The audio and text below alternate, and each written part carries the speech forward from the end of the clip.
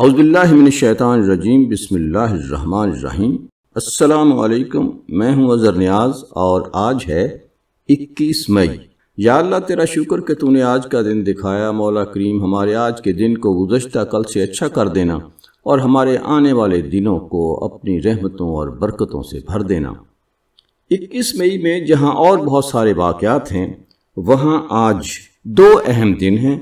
ایک تو مختلف ثقافتوں کو محفوظ رکھنے کا دن ہے، اور ایک بہت ہی میرا پسندیدہ دن ہے، اور وہ ہے چائے کا عالمی دن۔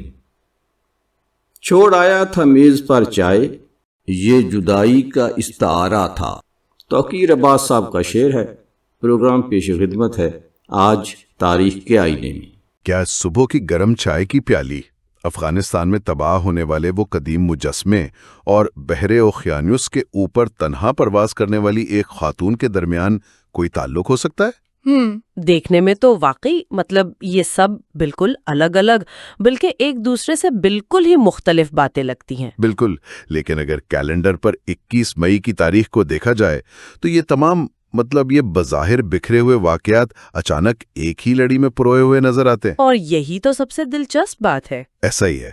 تو آج کے اس تفصیلی جائزے میں ہم کچھ ایسے ہی حیرت انگیز اور عالمی روابط کو کھوجنے نکلے ہیں۔ ہمارا مشن یہ ہے کہ فراہم کردہ مضامین، تحقیقی مقالوں اور تاریخی حوالوں کو سامنے رکھ کر یہ سمجھیں کہ کس طرح ایک بظاہر عام سا دن یعنی 21 مئی انسانوں کی روزمرہ عادات، ثقافتوں کے ملاپ اور انسانی تاریخ کے انتہائی اہم واقعات کو آپس میں جوڑ دیتا ہے۔ اور معلومات کے اس بے پناہ ہجوم میں اس طرح کے روابط تلاش کرنا ہی تو اصل میں تنقیدی سوچ ہے۔ اکثر ہم تاریخوں کو محض ہند سے سمجھ کر گزر جاتے ہیں۔ بالکل صحیح کہا۔ لیکن جب ہم الگ الگ نظر آنے والے حقائق کو ایک تسلسل میں رکھ کر دیکھتے ہیں تو پتہ چلتا ہے کہ دنیا کا کوئی بھی واقعہ خلا میں نہیں ہوتا۔ ہر چیز کے پیچھے ایک واضح وجہ ہوتی ہے جو انسانی رویوں اور ہماری تاریخ کی مکمل کہانی پیش کرتی ہے۔ تو پھر اس کہانی کا آغاز اسی چیز سے کرتے ہیں جس سے دنیا کی آدھی آبادی اپنے دن کا باقاعدہ آغاز کرتی ہے، یعنی چائے۔ ارے ہاں، چائے کے بغیر تو دن ہی شروع نہیں ہوتا۔ بالکل۔ تو اقوام متحدہ کے تحت 21 مئی کو بین الاقوامی چائے کا دن منایا جاتا ہے۔ آئیے اس پر تفصیل سے بات کرتے ہیں۔ ذرائع کے مطابق اس دن کو منانے کی قرارداد دسمبر 2019 میں منظور ہوئی تھی، جس کی قیادت عالمی ادارہ برائے خوراک اور زراعت یعنی FAO کر رہا تھا، اور اس کی باقاعدہ شروعات ایک چینی اسکالر چن اینٹن کی کوششوں سے ہوئی۔ اچھا، مگر اس معاملے میں ایک بڑی دلچسپ بات ہے جس پر شاید کم ہی لوگوں کی نظر جاتی ہے۔ وہ کیا؟ دیکھیں، 2019 کی اس قرارداد سے کئی سال پہلے، میرا مطلب ہے 2005 سے لے کر 2019 تک، یہ دن دراصل 15 دسمبر کو منایا جاتا تھا۔ ارے اچھا، 15 دسمبر کو؟ یہ تو مجھے معلوم ہی نہیں تھا۔ بالکل، اس کی بنیاد 2005 میں بھارت کے شہر نئی دلی میں ورلڈ سوشل فورم کے دوران ٹریڈ یونینز اور سماجی اداروں نے رکھی تھی، اور اس وقت یہ دن صرف ان ممالک تک محدود تھا جہاں چائے کی پیداوار ہوتی تھی، یعنی جیسے بھارت، سری لنکا، نیپال وغیرہ۔ ہاں، اور اس کے علاوہ ویتنام، انڈونیشیا، بنگلہ دیش، کینیا، ملاوی، ملیشیا، یوگانڈا اور تنزانیہ جیسے ممالک بھی اس میں شامل تھے۔ یہ تو چائے پیدا کرنے والے ممالک کی ایک طویل فہرست ہے۔ ویسے ذرائع میں یہ بھی واضح طور پر بتایا گیا ہے کہ چائے پینے کے انسانی ذہنی صحت پر بہت پازیٹیو اثرات ہوتے ہیں۔ جی بالکل، تناؤ میں کمی آتی ہے اور دماغی کارکردگی بھی بہتر ہوتی ہے۔ میں تو چائے کو انسانی تاریخ کا پرانے دور کا اوریجنل سوشل نیٹ ورک سمجھتا ہوں۔ ارے واہ، یہ بہت زبردست تشبیہ ہے نا؟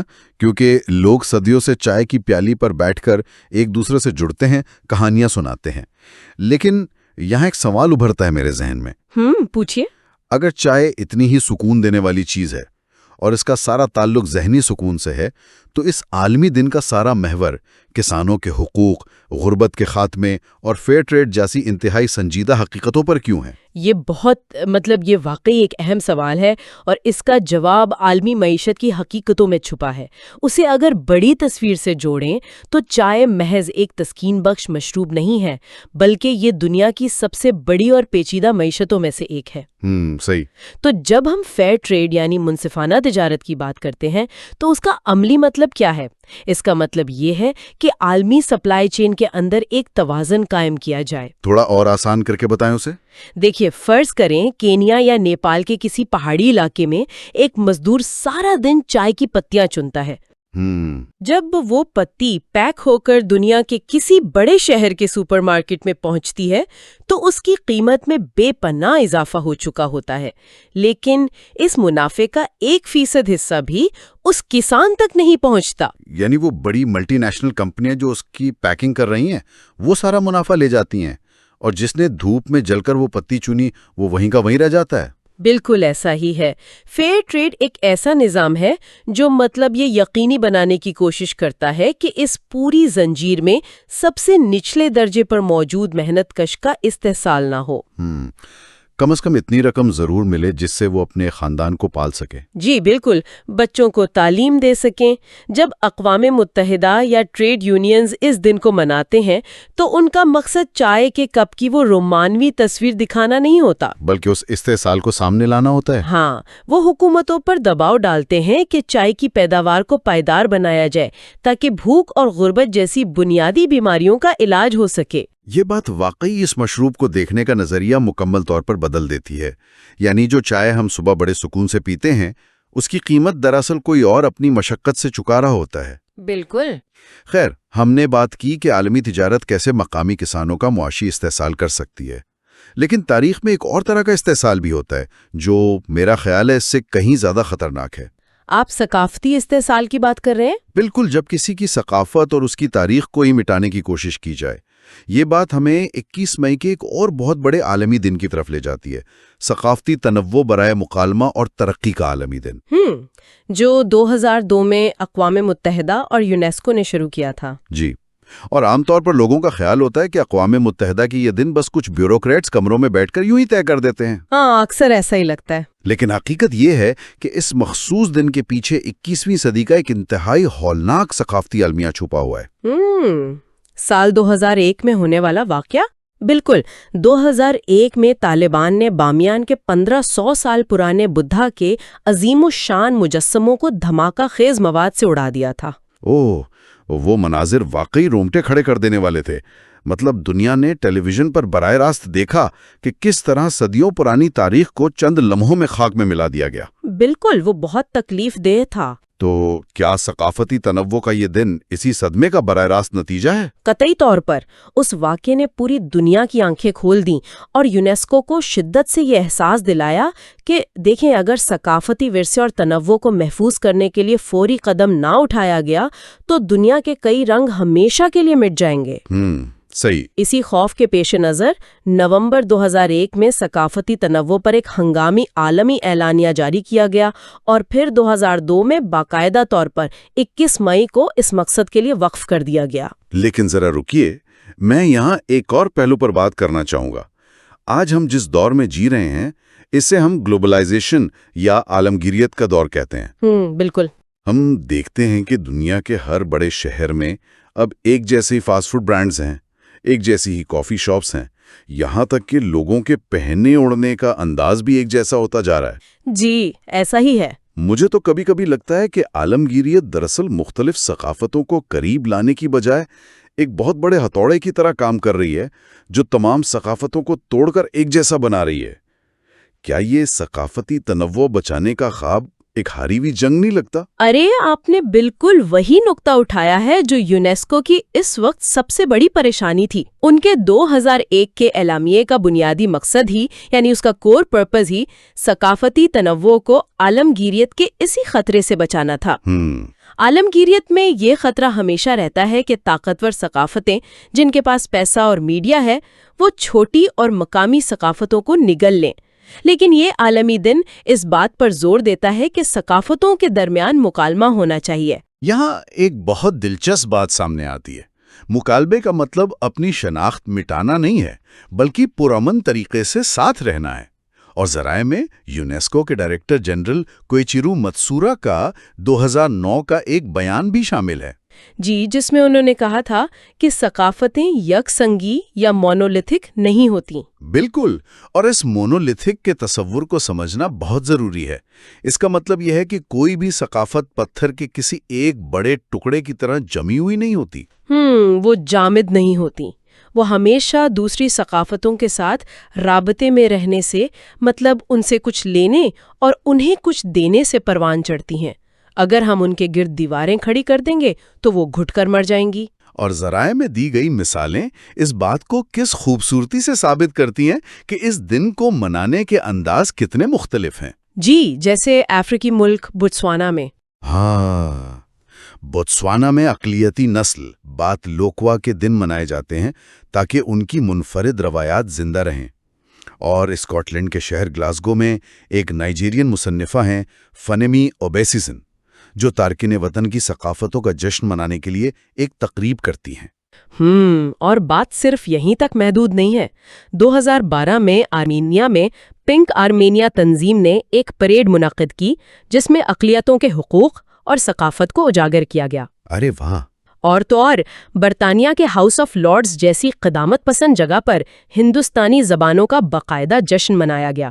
یہ تو بڑی کمال کی بات ہے۔ بالکل، قبرص کے شہر نکوسیا اور آئیوری کوسٹ کے علاقے مانوکونو میں بھی ثقافتی فیسٹیولز منعقد ہوئے۔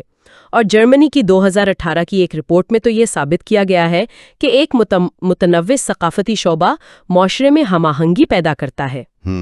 یعنی جب آپ مختلف فنکاروں اور ثقافتوں کو ایک جگہ دیتے ہیں تو لوگوں کے دلوں سے انجانے خوف اور تعصب کی دیواریں خود بخود گرنے لگتی ہیں۔ بالکل ایسا ہی ہے۔ تو گویا 21 مئی کا یہ دن ہمیں یہ یاد دلاتا ہے کہ ہمارے اختلافات ہماری کمزوری نہیں بلکہ ہماری سب سے بڑی طاقت ہیں۔ اب تک تو ہم نے دیکھا کہ کیسے معیشت اور ثقافت انسانوں کو جوڑتی ہے، لیکن اگر ہم 21 مئی کی تاریخ کے پنوں کو تھوڑا مزید پلٹے نا تو یہ جوڑنے کا عمل صرف ثقافت تک محدود نہیں ہے۔ آپ تاریخ کے ان اہم واقعات کی طرف اشارہ کر رہے ہیں جو اسی دن پیش آئے۔ جی بالکل، انسانی تاریخ کے کئی ایسے سنگِ میل اسی دن عبور کیے گئے جنہوں نے دنیا کے فاصلے سکیڑ دیے۔ مثال کے طور پر 1881 میں کلارا بارٹن کے ہاتھوں امریکن ریڈ کراس کا قیام عمل میں آیا، جو دنیا بھر میں مصیبت زدہ انسانوں کو جوڑنے کا ایک بہت بڑا ذریعہ بنا۔ اور پھر 1904 میں پیرس کے اندر عالمی فٹ بال کی تنظیم فیفا قائم ہوئی۔ فیفا کا قیام تو اس لحاظ سے انتہائی اہم ہے کہ اس نے کھیل کو ایک ایسی زبان بنا دیا جو رنگ، نسل اور زبان کے فرق سے بالاتر ہے۔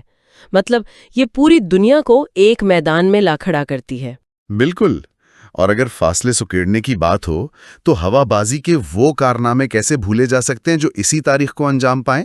ہاں، 21 مئی 1927 کو چارلز لنڈبرگ نے بحر اوقیانوس کے پار پہلی سولو یعنی تنہا نان سٹاپ فلائٹ مکمل کی اور پیرس میں اترے۔ اور پھر بالکل 5 سال بعد 21 مئی 1932 کو امیلیا ایئرہارٹ بحر اوقیانوس پر پرواز کرتے ہوئے خراب موسم کا شکار ہوئیں اور شمالی آئرلینڈ کی ایک چراگاہ میں اتریں۔